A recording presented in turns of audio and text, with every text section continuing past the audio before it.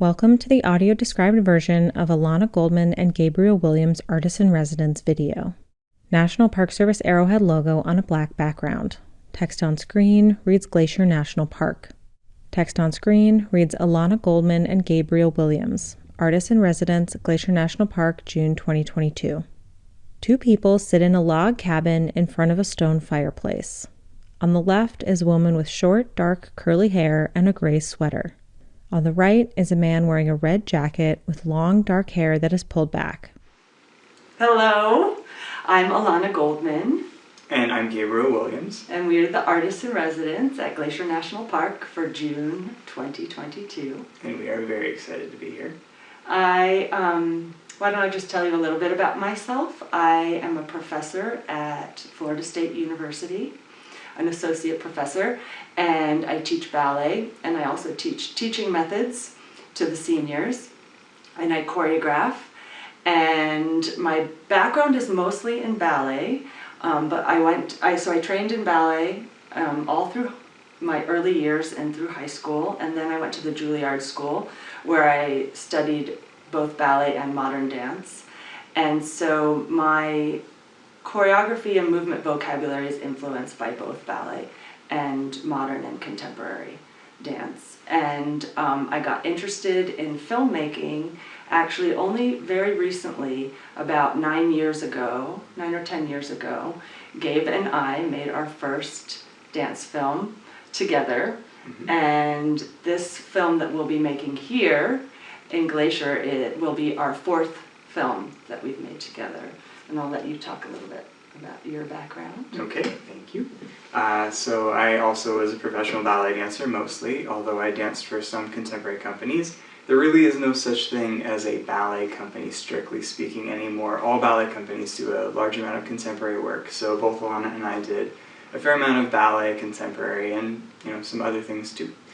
In graduate school, before we had made that first film together, I learned a little more about filmmaking. I took a bunch of dance filmmaking courses and became enamored of the little screen, and also the big screen too. But time-based media, filmmaking, is an amazing way to capture dance. It's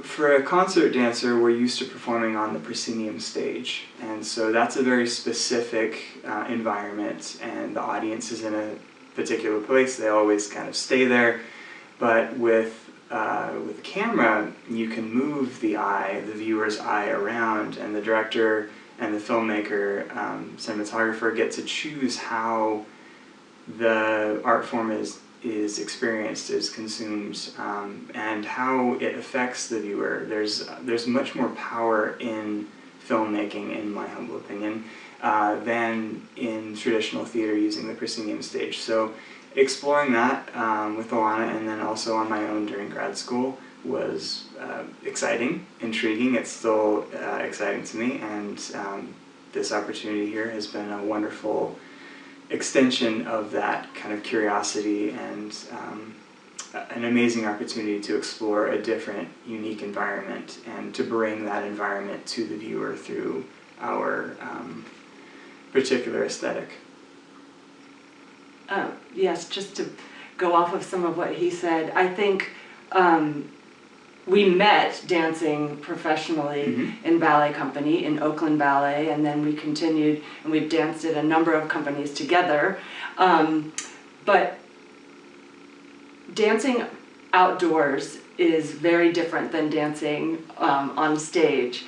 And to be able to bring my love of nature together with my love of dance has been really special. And to be able to do it with Gabe, because we got to dance professionally in companies and perform in theaters, and now we're getting to have this other way of working together and sharing our love of nature and dance together and with others. And I agree that it's really powerful to the medium of film. You can really dictate what the viewer is looking at, and you have a little bit more control, which is interesting. And as a choreographer, I've found that working improvisationally has been really successful in this medium, and mostly because when you're working in different environments, to be able to react in real time to the space has been really rewarding and fruitful. And so we've been working ever since the beginning. Our 4 films are mostly improvisationally based as far as the generation of movement vocabulary.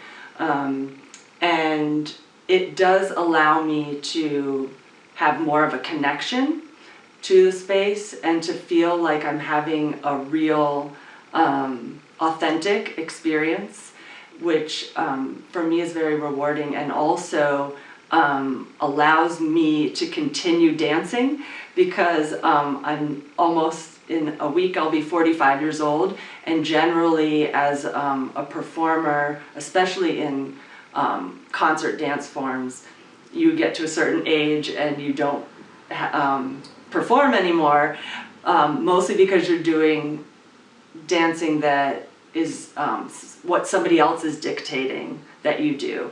And in this process, I'm able to dictate what I do. And so it allows me to continue performing in a way. And so that's really special for me. Should we talk about this particular project? I think so. Okay, so this project came about because I had an interest. I'm very interested in sustainability, and so is Gabe.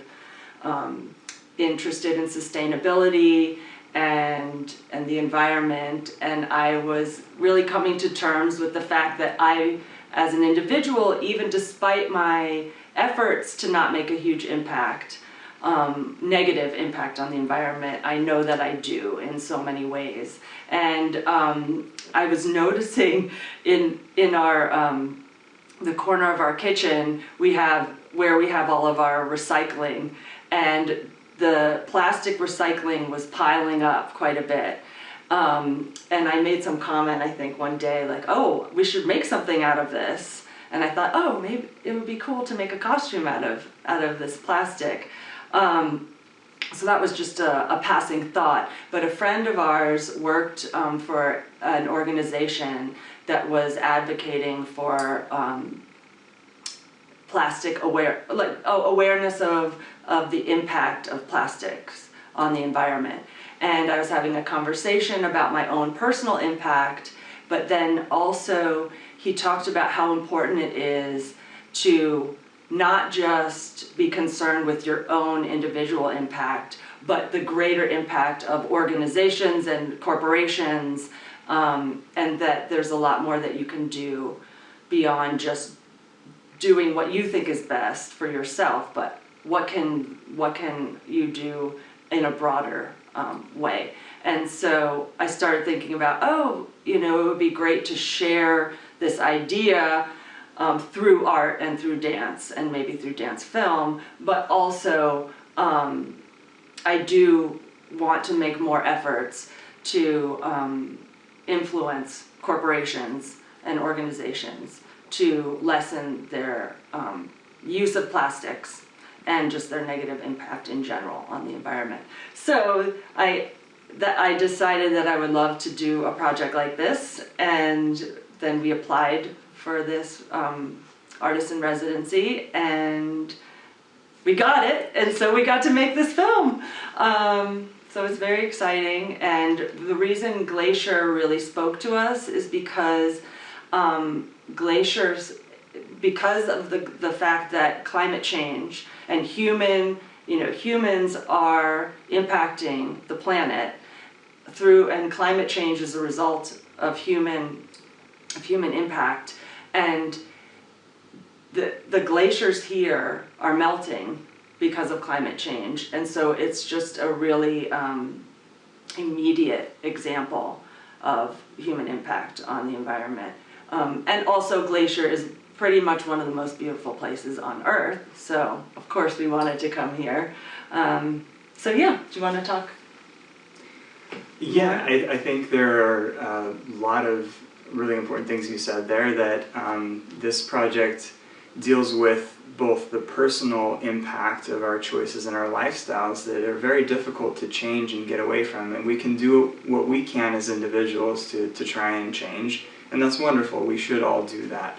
But to try and bring awareness to more people and to try and advocate for change on a grander scale is what doing something like making a film allows us to do. That's another thing that, in terms of the impact of performing arts, performing in a theater is wonderful, but it's just for that one performance in that one theater with that one audience. Making something that is able to be disseminated online, you can theoretically reach millions of people with the same amount of effort, or maybe a little bit more. So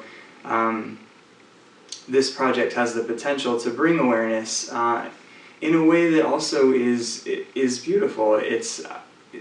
It's very difficult to have a contentious conversation about something that's a difficult subject with someone who doesn't want to hear it. But if you can approach that in a different way, sometimes people are more willing to see these greater important truths that we all need to take a look at that are difficult. And so hopefully in some way this film will do that. Will open more people's eyes to the issues that we all are dealing with, that we all are part of, and that will be important to all of us for the sustainability of our human culture and the planet. So that's a really important thing, for sure. Can I say one thing that was really interesting? What really interested me was this idea of showing what would the Earth look like if the Earth could dance. What would, how would she be feeling right now about human impact? So that was something that I was that we're trying to convey with this film, but also how do I feel personally as a human being making this impact? So I'm playing with that. I actually am the performer in the film. So Gabe is behind the camera and I am the performer. Ilana wears a dance costume that is a dress made of plastic trash. In the full, long skirt, you can identify takeout containers, yogurt tubs, bottles for juice and oil, and CDs. She has a long piece of plastic tied like a scarf around her neck. She dances on the lakeshore, mainly using her arms, in a style that mixes ballet and contemporary dance. Gabe circles around her, filming with a camera on a gimbal. And I'm wearing this plastic dress, so a costume made out of the plastic that I personally generated over a 4-month period. And normally I recycle my plastic, but I used it for repurposed for the costume. But what was really interesting to me was how can I both embody the earth and myself? And that's what's so great about the medium of dance, is that it's abstract in a way. So our film is not meant to be a linear narrative. It's an abstracted story. And so that has been really fascinating, to embody both the earth and myself and kind of play with that. Yeah. Mm-hmm. And Glacier has proven to be the perfect environment in which to kind of portray that. Again, as Ilana was saying, the human impact of our activities on the increase in average temperatures on the planet is pretty much not up for debate, and it's easy to see that effect here in Glacier. The plastic trash crisis, for the most part, is not as visible here, although unfortunately we have gathered some trash as we've been walking around. Whenever we go anywhere and there's trash on the ground, we pick it up. And interestingly, besides Ilana being kind of the star of the film, there's an appearance by a piece of trash that we collected in the park. In the very final shot, we think what's going to be the final shot. We're not totally done yet, but even with the plastic trash crisis not being quite as obviously apparent here in Glacier, it's still a wonderful environment knowing that this park has been deeply impacted by humans, and plastic trash is just another way that we're impacting the environment. Although in some of the most important ways that impact is less visible, because unfortunately, as Ilana was educating me, I mean, most of us know this, plastic doesn't really ever break down. It doesn't biodegrade. It just breaks down into smaller and smaller pieces, but it's still there. And so these microplastics, which end up in large quantity in the ocean, being consumed by creatures, are one of the biggest issues facing our planet, actually, currently. It's a major issue. And if it were more visible, perhaps it would receive more attention, but part of the problem is that it's not as visible because it's so small, and yet because of that it's so important that we deal with it, because it is and seems to be all pervasive, or nearly so at this point. Yeah, plastic is made to last forever. That's what it's made for. And I think a third of plastic is only used once and then thrown away. So single-use plastic is one of the biggest issues. Also, only less than 10% worldwide of plastic that's produced is recycled. So worldwide and also in the US, less than 10%. And what we found is that a lot of people think that they're recycling, they're putting their plastic in the recycling, but it doesn't actually end up getting recycled. So that's another major issue. Yes, and it's easy to see how changing as an individual and choosing not to purchase plastic, or limit your consumption of plastic, that's wonderful. But if you are a business that's making a choice to switch from a plastic cup to a biodegradable one, or a plastic bag to a biodegradable one, and you have 1,000 customers a day or 100 customers a day, and week after week, month after month, that impact is huge. It's much bigger than what we as individuals do, and so that kind of just comes back to how, as an organization or as consumers, we can help to kind of push things in a direction that is a little bit more sustainable. Yes, and I think that idea of macro, micro, like what you're doing on the micro level, and then the macro, like what we're doing as a society. It's been interesting being here in Glacier. I've also felt this micro macro just of the environment itself. There are these unbelievably gorgeous locations with these mountains and the lakes and the rivers, streams and rivers, and that is like this macro. But then also it's just like looking at the raindrops on the cedar leaves, like the small things, or like the little part of the bark of a cottonwood tree or something. So feel like really being here for long enough, that being here, we haven't even been here a month, but it's been such an unbelievable gift to be able to get down to that micro level. To have the time, instead of just going to see the big sites, but to like really appreciate the smaller things, has been wonderful. And also to watch the shift in weather, and to watch the way that the earth adapts, and the changes that happen. And it shows like the earth is so resilient, and nature is just constantly adapting and changing, and it's so resilient. But there's also in the back of my mind, at least, okay, like how long can the earth withstand the onslaught of human destruction? Or I hate to say it like that, but I wonder how long can she continue to adapt. I'm hopeful, though. I think that she will survive. Maybe we won't.